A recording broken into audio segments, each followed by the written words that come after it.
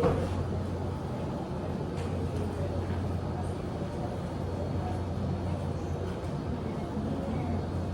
morning, class. Morning, ma'am.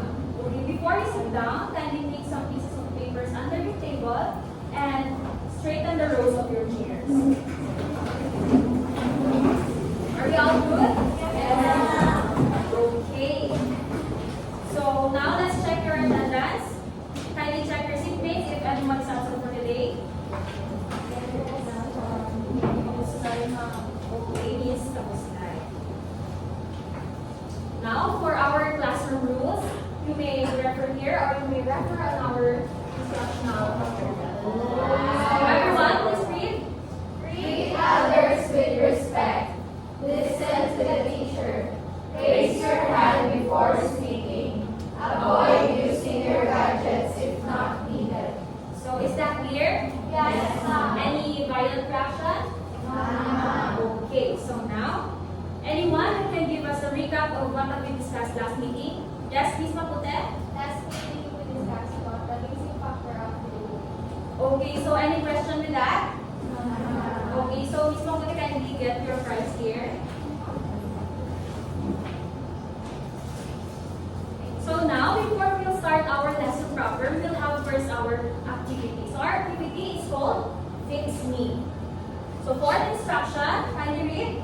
Arrange the scrambled letters to form a word. Okay, so all you have to do, I know that all of you is already familiar with this game. So all you have to do is to create or to form a word from the scrambled letters. So when you want to answer, just raise your hand. Okay, so for the first word, anyone? Yes, Miss Trixie? Is it correct? Okay, let's check. It's Richon. So kindly get your prize here, Miss. For the next word, we have, yes, Miss Abubo? Okay, let's check. It's stress, correct. So kindly get here, Miss. Okay, for the last word. Anyone? Yes, Mr. Subido? Okay, let's check. Okay. Okay. So now for those words are actually related to our topic for today. So now let's read our objectives.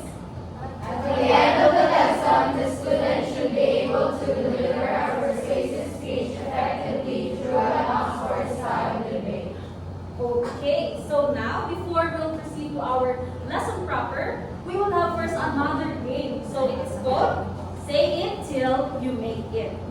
So for the instructions, everyone please read. There should be 2 representatives to play.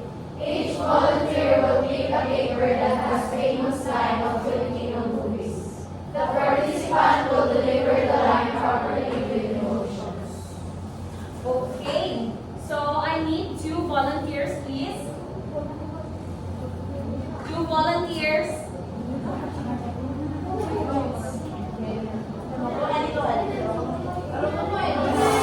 Okay. So for the first representative, you'll be the one, Miss Neria. You're the first.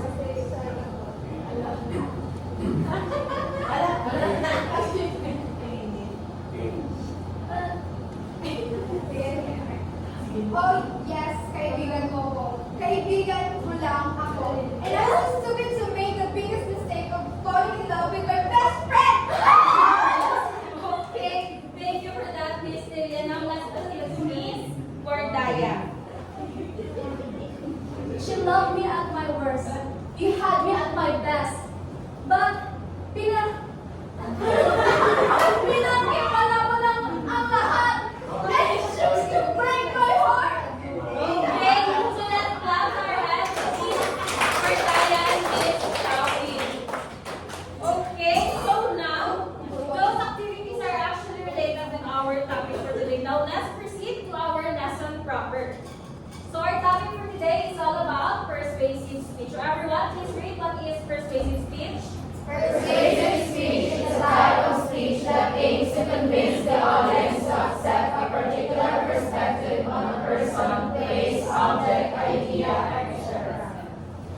Okay, so when we say persuasive speech, its goal is to persuade or to convince the audience to accept your claim or to accept your ideas or point of view about something. Okay, so I have here effective ways to deliver a persuasive speech. Everyone please read.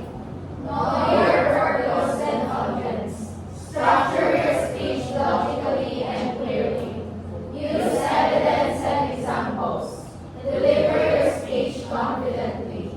So I know that all of that is already understandable, but all you have to do is to apply it when you are delivering your persuasive speech. So is that clear? Yes. Okay. So now, for you to practice your persuasive speech skills, I have here another game. But before I will forget, please get your prize here, Miss Tyria and Miss Gordaya.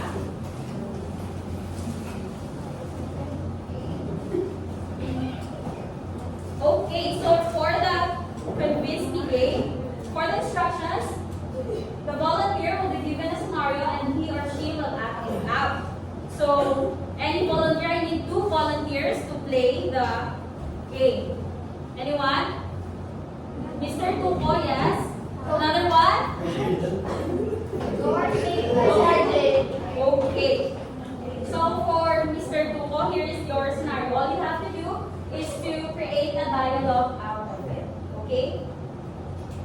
Convince your friend to buy a beauty product.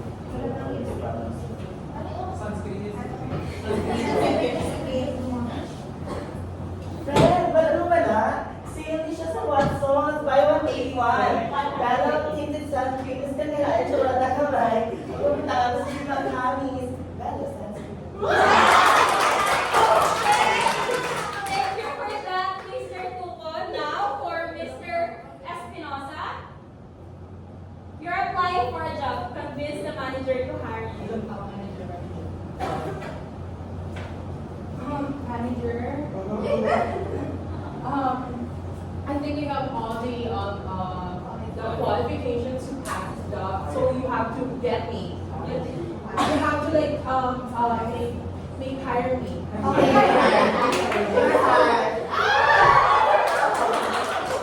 Okay, please get your prize here.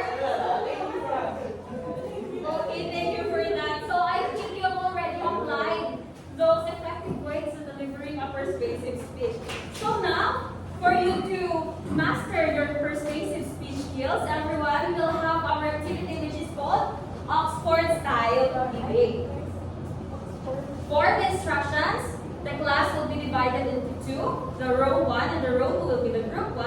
And then the row 2 and the row 3 and the row 4 will be the group 2. So now each group should have 3 speakers.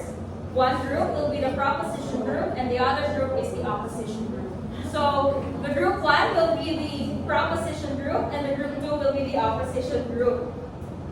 So for the mechanics, the opening statement is 30 seconds per team. For the first rebuttal, 30 seconds per team. Second rebuttal is 30 seconds per team. And closing statement is 30 seconds per team. So I will give you 30 seconds for you to discuss with your group mates to give or share your ideas with the 3 speakers. Okay, is that clear? Yes, ma'am. Okay, so your topic for today is, should school uniform be mandatory? So this is the for group and this is the against group. Is that clear? Okay, so you may now come forward for you to discuss with your group mates. Your timer starts now.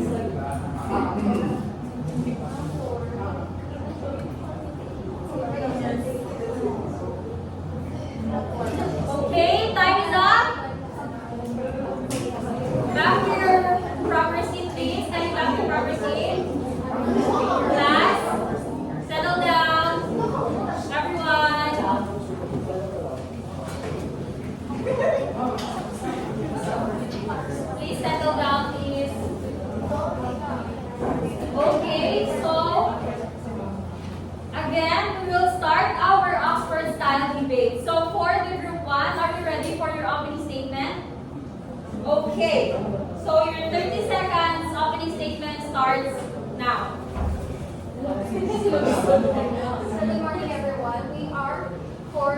We believe that the school should have a mandatory school uniform for two following reasons. The first one is to have a sense of uniformity, and the second one is to ensure the safety of the students. So the first one is to have a sense of uniformity because every school has their own representation, have their own symbolism, and we believe that the uniform will give that sense of uniformity to the students and to ensure that the students will have an identity in a school to represent them. The second one is to ensure the safety of the students because we will not, there are times that there will be outsiders if there are no uniforms and we will not be able to identify those outsiders and they may be able to cause a problem Okay, inside the time's school. up. So we believe that school uniform should be mandatory for this college.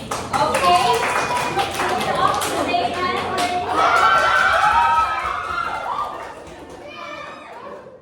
Good morning, everyone. So actually, we're against of having a mandatory uniform because here in our university, we should express our freedom.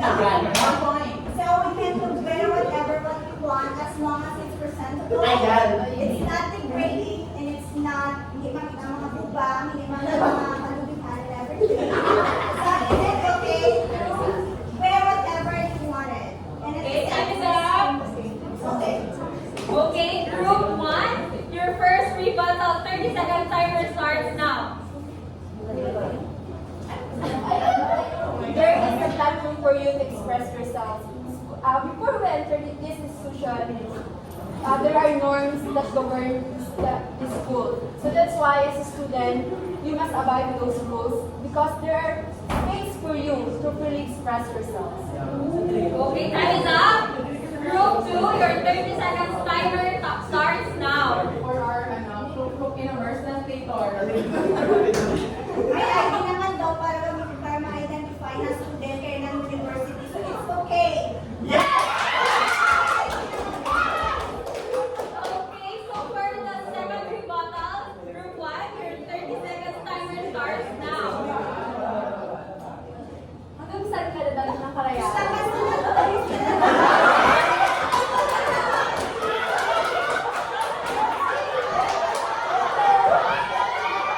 Time is up, group 2, your 30 seconds timer starts now. สวัสดีค่ะสบายดีไหมโคงสบายดีจ้าสบายดีค่ะ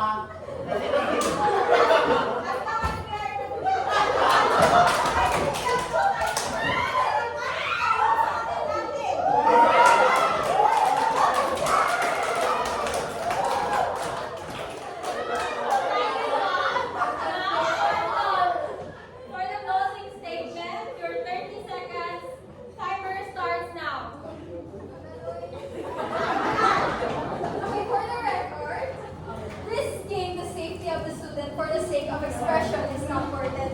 As Ms. Nolarkov said, there is a space for you to express yourself, and clearly, if you're in a school, you need to abide to the rules that the school has set. So it is important, you have already the space to express yourself. So why not abide to the school rules and express yourself in a place that you are given to express yourself? Okay, your 30 seconds closing statement starts now.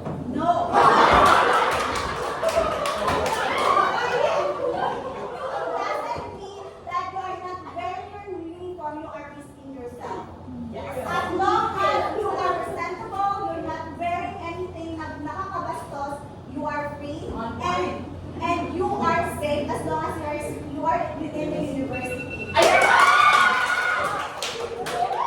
so that ends our Oxford style debate. So now I have already decided who's the winner. Since both of the group already cited some strong points, so you are all winners.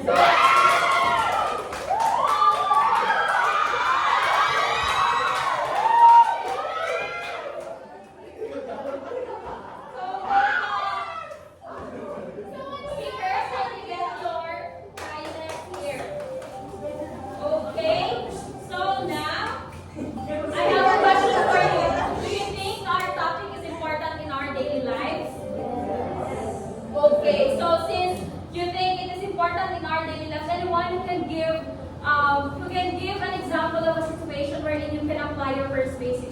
skills. Yes, Miss? We can apply for space and search, ma'am, and we are having a meaningful discourse with someone, especially we have a lot of social visitors today that are normal and still occurring. So having a meaningful discourse by persuading someone to see the sense of your argument is important to have an agreement and to ensure that social issues or things that are need to get addressed are addressed. Thank you for that, Miss. And you get your question. Okay, so anyone who can share an insight about the topic? Short insight only. Yes, Miss? Nabubo? Short insight about the topic. I think that anyone should have persuasive skills for them to express themselves and persuade people to get what Okay. So, since we don't have enough time for your assessment, I will send the G-form link on our GC and you have the time to finish it until tonight. So, for your assignment, kindly take some pictures. Okay, so that ends our discussion.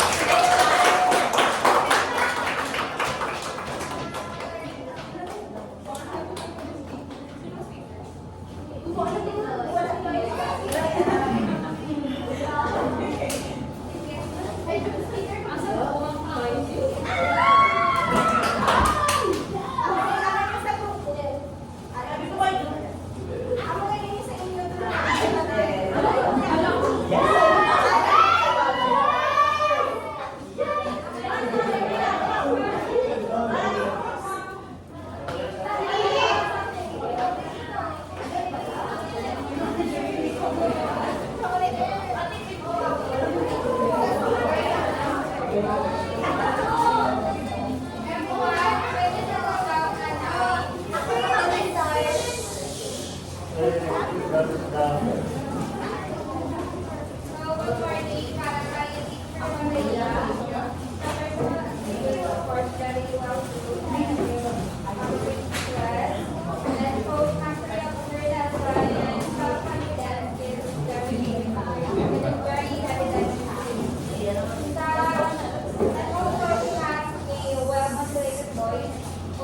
Asa ba ang And having things that naman is ang teaching strategy is how to base the lesson and navigate naman sa real life situation and give challenging and realistic tasks sa young students. And after this, teaching strategy is very effective and also gives favorable comments to students who are some answers sila correctly and also may mga rewards and that is nice. And also, nag-use na some learning techniques para makagawa yung students. So that's all. And no for my observation for teacher Noria as sensing well room and and for question 15, she asked thought-provoking questions, especially into the implementation of her teaching strategy method. And so may nag-ask ng mga questions sa students. So for the classroom management, she efficiently is training. She managed the classroom and the students well. And she observed order and discipline between her students and time management is not observed by So for the teacher and a systematic way of implementing that activities yung sa activity 1, which is good yung action ng students kaya yung attention sa student. But napansin ko lang is hindi siya medyo connected doon sa lesson kasi sa first atong sa activity na to is act and say it and you tapos hindi lang siya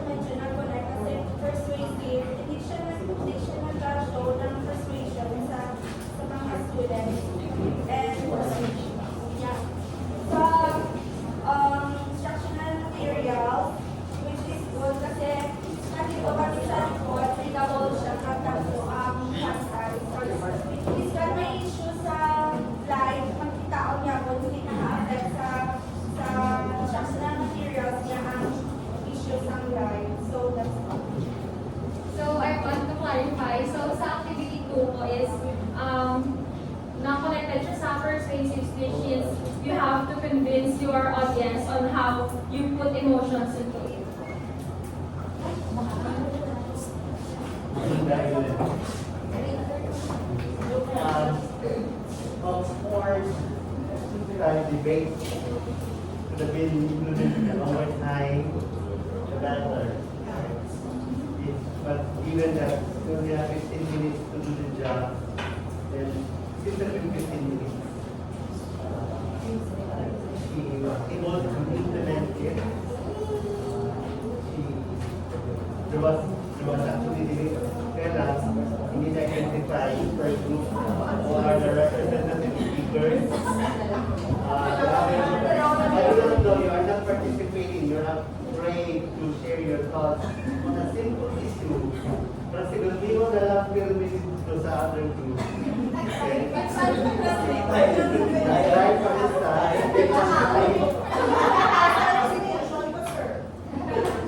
From I don't know.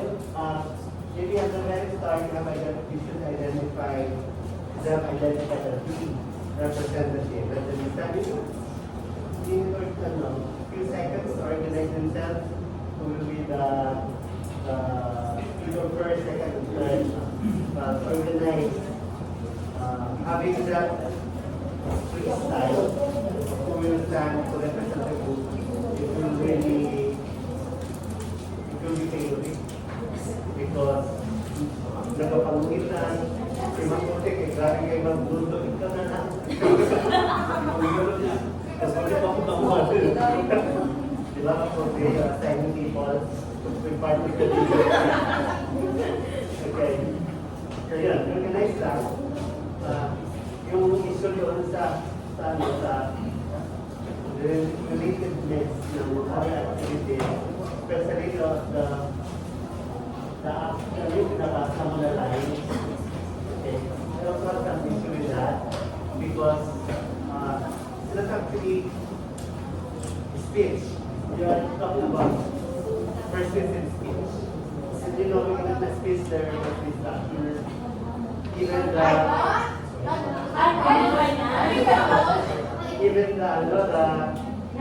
the convincing activity, the early part, the one that was performed by Topo and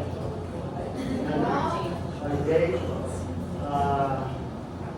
it is not clear because it's not also a speech.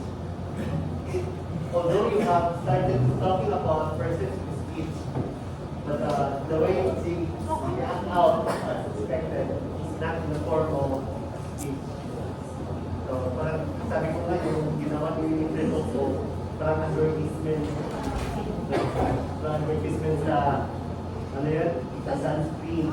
Pero more of advertisement than persistent speech. But that's not my concern. My concern is on how the method was implemented. That's good.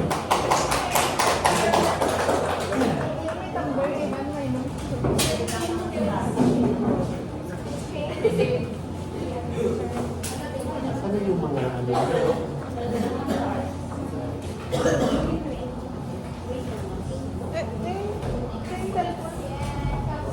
yung rating.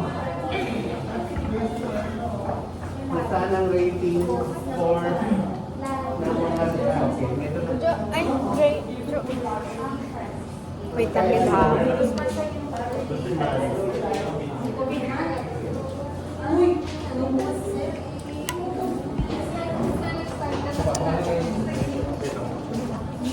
Tama na eh.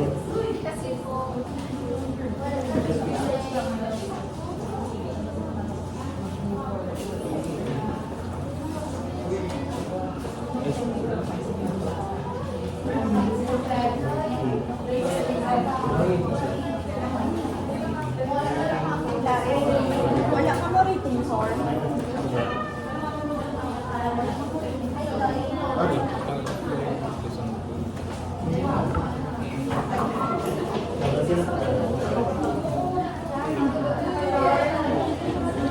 We are now sa